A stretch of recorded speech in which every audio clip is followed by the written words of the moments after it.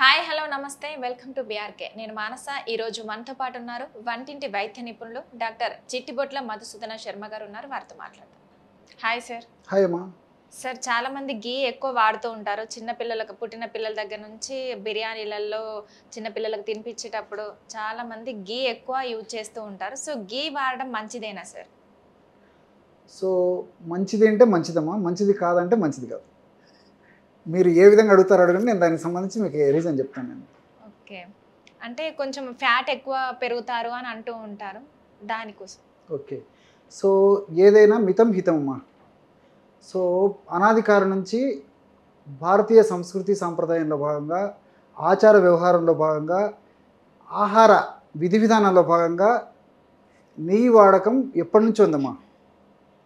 ఈరోజు మరి వివిధ రకాలైనటువంటి అపోహలు అనుకోనివ్వండి, వాస్తవాలు అనుకోండి, మరి అభిప్రాయాలు అనుకోనివ్వండి, ఏదైనా అనుకోనివ్వండి, ఈ మధ్యలో నెయ్యికి మంచి కంటే కూడా చెడు వైపు దుష్ప్రచారం ఎక్కువైపోయింది, అంతే కదమ్మా. కాబట్టి నెయ్యి తగిన ప్రమాణంలో, కొద్ది ప్రమాణంలో వాడుకోవడం వల్ల దేహానికి అంత చెప్పుకోదగ్గ స్థాయిలో ఎలాంటి ఇబ్బందులు కూడా ఉండవమ్మా. అందులో నెయ్యిలో మరి అనేక రకాలైన పోషక విలువలు కూడా ఉన్నాయమ్మా. అంటే నెయ్యిలో ముఖ్యంగా విటమిన్ ఇ చాలా ఉంటుంది. అదేవిధంగా అనేక రకాల పోషకాంశాలు ఉన్నాయి. మన దేహానికి ఉపయోగపడేటువంటి ఈ కొవ్వు శాతం కూడా మనకు ఈ నెయ్యిలో లభిస్తుందమ్మా. కాబట్టి ఘృతం అగ్నివర్ధనం, అంటే ఈ యొక్క ఘృతాన్ని సేవించడం వల్ల అగ్ని దీపనం, అంటే లోపల అగ్ని ఆకలి శక్తి కూడా పెరుగుతుంది, జీర్ణశక్తి పెరుగుతుంది. తర్వాత ఈ మోషన్ ప్రాబ్లం రాకుండా ఉంటాయి, ప్రేవుల కదలికలు బాగా జరుగుతాయి. సో నెయ్యి వల్ల మల్టిపుల్ బెనిఫిట్స్ ఉన్నాయి.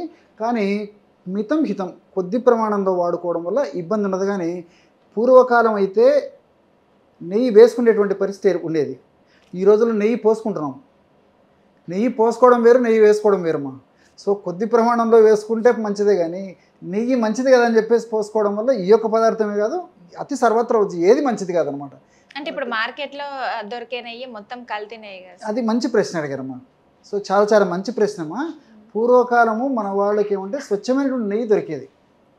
సో మా ఈ గేదెలకు కానీ తర్వాత వీటికన్నిటికి కూడా మరి సహజ సిద్ధమైనటువంటి గడ్డి ఇలాంటి పోషక పదార్థాలు ఇచ్చి వాటి నుంచి వచ్చినటువంటి పాల నుంచి సేకరించినటువంటి ఈ నెయ్యి స్వచ్ఛంగా ఉండేది. కాబట్టి ఆ స్వచ్ఛమైన నెయ్యి వాడుకోవడం వల్ల ఉండిపోయింది.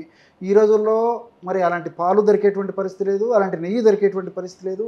దీనికి తోడు మన దురదృష్టవశాత్తు నెయ్యి పేరుతో రకరకాల అడల్ట్రేషన్స్, రకరకాల కల్తీ కలిపి అమ్మేసేటువంటి పరిస్థితి ఏర్పడుతుంది. కాబట్టి మరి ఇది ఏమాత్రం క్షేమదాయకం కాదు, ఆరోగ్యదాయకం కాదు, ఆమోదయోగ్యం అంతకన్నా కాదమ్మా. స్వచ్ఛమైనటువంటి నెయ్యి దొరికితే కొద్ది ప్రమాణంలో వాడుకోవడం మంచిదమ్మా. మరి ఆవు నెయ్యి దొరికితే మరీ మరీ మంచిదన్నమాట. ఇంకొకటి కూడా హీట్ అంటారు కదా సార్? లేదమ్మా, లేదమ్మా. యాక్చువల్గా ఘృతం అంటే గోఘృతం. సో గేదె నెయ్యి అయితే కొంచెము గురుగుణం, అంటే శరీరానికి స్థూలత్వాన్ని కలిగజేసేటువంటి పరిస్థితి ఉంటుంది. ఒకవేళ కొద్ది ప్రమాణం ఎక్కువైనప్పటికీ కొన్ని రకాల దుష్ప్రభావాలు కలిగజేసేటువంటి పరిస్థితి ఉంటుంది. కానీ మరి గోవు నుంచి వచ్చినట్టు గోఘృతం వల్ల అలాంటి ఇబ్బందులు అయితే ఉండవమ్మా. సో ఆయుర్వేద ఔషధాలు కూడా గోఘృతంతోనే అనేక రకాల మెడికేటెడ్ ఆయిల్స్ కూడా, మెడికేటెడ్ ఘృతాలు కూడా తయారు చేసి ఇస్తుంటారమ్మా. సో మెడికేటెడ్ గీస్ అనమాట.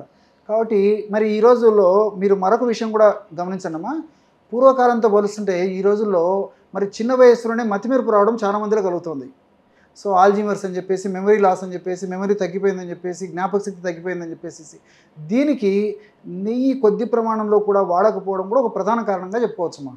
సో ఎప్పుడైతే మనం నెయ్యిని తగినంత ప్రమాణంలో కొద్ది మోతాదులో మరి వాడుకోగలమో అప్పుడు చిన్న వయస్సులోనే ఆల్జీమర్స్ మతిమరుపు రాకుండా ఉండేందుకు మెదడులో మరి మెదడులో హానికారకమైనటువంటి టా లాంటి ప్రోటీన్స్ను ఉత్పత్తి చేసి ఆ యొక్క ప్రోటీన్స్ యొక్క దుష్ప్రభావంలో కలిగేటువంటి ఈ ఆల్జీమర్స్, జ్ఞాపక శక్తి లేకపోవడం, ఇటువంటి దుష్ఫలితాన్ని తగ్గించేటువంటి శక్తి నెయ్యిలో ఉన్నటువంటి ముఖ్యంగా ఇలాంటి ఈ కొవ్వు పదార్థాలు ఉన్నటువంటి కొన్ని రకాలైనటువంటి రసాయన పదార్థాలకు ఉండడం చేత కొద్దో గొప్ప మరి నెయ్యిని వాడుకోవడం వల్ల చిన్న వయస్సులోనే ఈ మతిమరుపు, ఆల్జీమర్స్ అనేటువంటి సమస్యలు రాకుండా ఉండేందుకు అవకాశం ఉంటుంది. కాబట్టి కొద్దిగా తక్కువ ప్రమాణంలో వాడడం మంచిదమ్మా. అంటే చిన్నపిల్లలకి 6 months తర్వాత, పుట్టిన తర్వాత 6 months తర్వాత వాళ్ళకి ప్రతి దాంట్లోనూ నెయ్యి వేసి తినిపిస్తూ ఉంటారు, మంచిదేనా సార్? స్వచ్ఛమైన నెయ్యి చిన్నపిల్లలకు చాలా చాలా మంచిదమ్మా. పెద్ద వయసు వచ్చిన తర్వాత క్రమక్రమంగా నేను చెప్పినట్టు చాలా తక్కువ ప్రమాణంలో వాడుకోవాల్సిన పరిస్థితి ఏర్పడుతుంది. కానీ మరి చిన్నపిల్లలకి వాళ్ళ పెరుగుదలకు ముఖ్యంగా నేను ఇంతకుముందే చెప్పినట్లు ఈ విటమిన్తో పాటు కాల్షియం కంటెంట్ కూడా ఎక్కువ ఉండేటువంటి పరిస్థితి ఏర్పడుతుంది. కాబట్టి చిన్నపిల్లలకు చాలా కాల్షియం కూడా చాలా చాలా అవసరము. అదేవిధంగా ఇతర బి కాంప్లెక్స్ ఫ్యాక్టర్స్ చాలా చాలా అవసరము. అదేవిధంగా ఈ నెయ్యి వల్ల ఈ యొక్క ప్రేవుల్లో మంచి బ్యాక్టీరియా ఎక్కువగా ఉత్పత్తి చెందే కూడా అవకాశం ఏర్పడుతుంటుంది. కాబట్టి మరి చిన్నపిల్లల్లో మరి చిన్న వయసు నుంచే మనం మంచి బ్యాక్టీరియాని ప్రేగుల్లో బాగా పెంచగలిగితే భవిష్యత్తులో ఎలాంటి జబ్బులు రాకుండా ఉండేందుకు కూడా అవకాశం ఉంటుందమ్మా. Okay sir, thank you so much. Okay.